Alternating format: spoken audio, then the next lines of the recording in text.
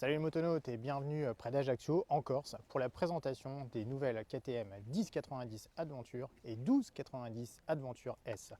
Donc ces deux nouveautés 2017 reçoivent bon nombre d'évolutions, surtout donc sur le flagship, la 1290, et donc des évolutions qui concernent notamment la mécanique. La mécanique qui passe au passage évidemment aux normes Euro 4 et qui passe aussi avec par le biais de beaucoup d'électronique, avec un gain de puissance, donc plus de couple et plus d'assistance. Passons maintenant à la 1290 Adventure S, c'est le fleuron de la gamme Adventure. Donc cette moto, elle se distingue tout d'abord par cette face avant complètement remaniée. Donc regardez un petit peu cette espèce d'optique en forme de fer à cheval inversé, donc complètement à LED, qui intègre dans sa partie basse en fait un éclairage en virage à LED, c'est-à-dire que hop, au fur et à mesure qu'on incline la moto, il y a des rangées de LED qui vont s'allumer. Donc ça c'est plutôt pertinent, c'est plutôt efficace en plus.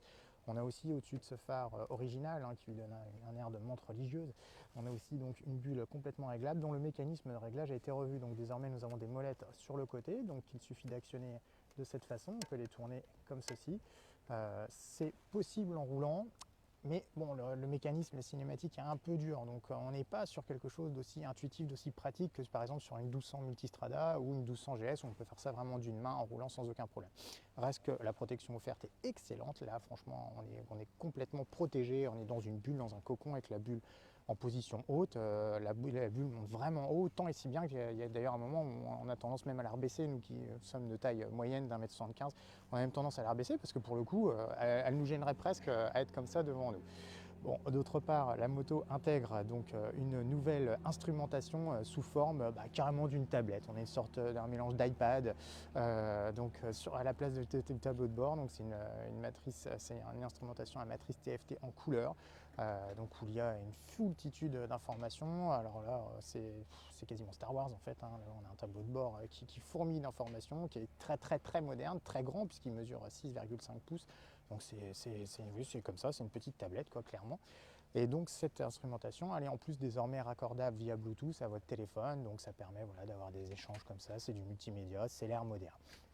Autre aspect moderne sur cette moto, qui était déjà le cas auparavant, c'est des suspensions toujours WP, mais qui sont aujourd'hui semi-actives. C'est-à-dire qu'elles sont capables en fait d'adopter leur tarage hydraulique en continu en temps réel. Donc grâce à des capteurs qui sont placés à la fourche, qui sont placés aussi au mono-amortisseur à l'arrière. Donc la moto va être capable en fait de gérer les transferts de masse, va être capable aussi de gérer la dureté en fait de fonctionnement de son amortisseur. C'est un système qui a déjà fait ses preuves sur la 1290 ancienne génération.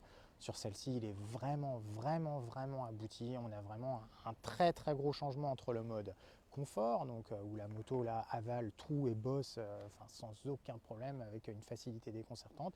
Et quand on la passe en mode sport, là on a vraiment une moto qui est beaucoup plus rigide, beaucoup plus saine, beaucoup plus précise, donc là qui permet de rentrer dans les courbes très fort, d'en sortir tout aussi fort, parce qu'on a toujours affaire au moment d'accélérer au redoutable bloc de 1300 cm3, donc 1,3 litre quand même, ça commence à parler, c'est la cylindrée quasiment d'une voiture, donc qui développe 160 chevaux et 140 Nm de couple, donc là la puissance elle est énorme, le couple il est toujours présent, il n'y a aucune plage où il y a un temps mort, donc là vraiment dès les bas régimes, dès 3000 tours, on a une moto qui pousse très fort, à mi-régime la machine est capable de lever encore en troisième, sur le troisième rapport, elle accélère vraiment très fort encore jusqu'à 7, 8, 9000 tours. À 9000 tours là, allez, ça commence à tout petit peu à se tasser avant les 10 000 tours du rupteur, mais très franchement là, il faut vraiment s'en occuper. C'est de tous les maxi trails de la production, c'est clairement le moteur le plus démonstratif, le moteur le plus mécaniquement, le plus rageur, le plus franchement jouissif même, on peut carrément le dire.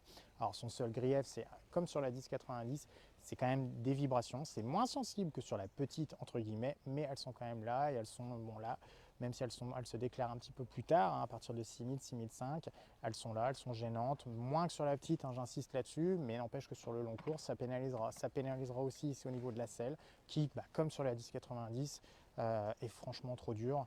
Et autre aspect un petit peu pénalisant qu'on avait déjà sur l'ancienne version, c'est en fait des remontées de chaleur assez importantes du V-twin à 75 degrés.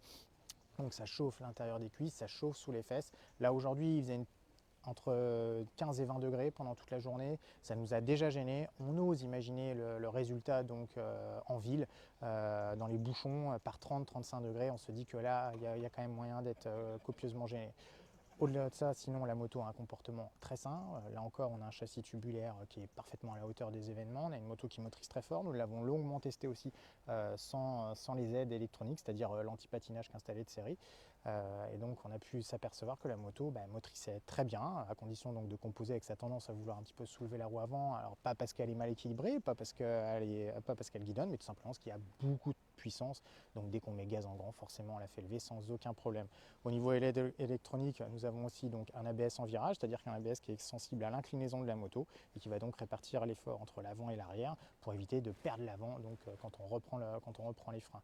Là, pareil, on a des étriers Brembo radio et par contre, on a un mètre-cylindre radial qui fait la différence justement au niveau de la prise de levier par rapport à la 1090 dont je disais tout à l'heure qu'elle était un petit peu inconsistante à la prise de levier. Là, rien de tout ça sur la 1290 qui bénéficie aussi d'un excellent freinage à l'arrière, donc vraiment une moto très aboutie, une moto très perfectionnée, hein, vous l'avez compris, hein, puisqu'elle dispose aussi d'un régulateur de vitesse, elle dispose aussi en option d'un shifter qui fonctionne à la montée et à la descente d'un rapport, elle dispose aussi d'un ride-by-wire, de mode de conduite, bref, de toutes les aides possibles et inimaginables qu'on retrouve à la fois sur les sportives, sur les routières. KTM a greffé le tout là-dessus et le résultat est franchement détonnant.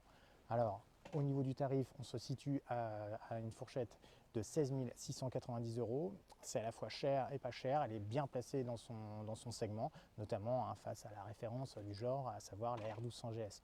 Donc évidemment, le duel là entre les deux machines d'outre-Rhin est tout désigné.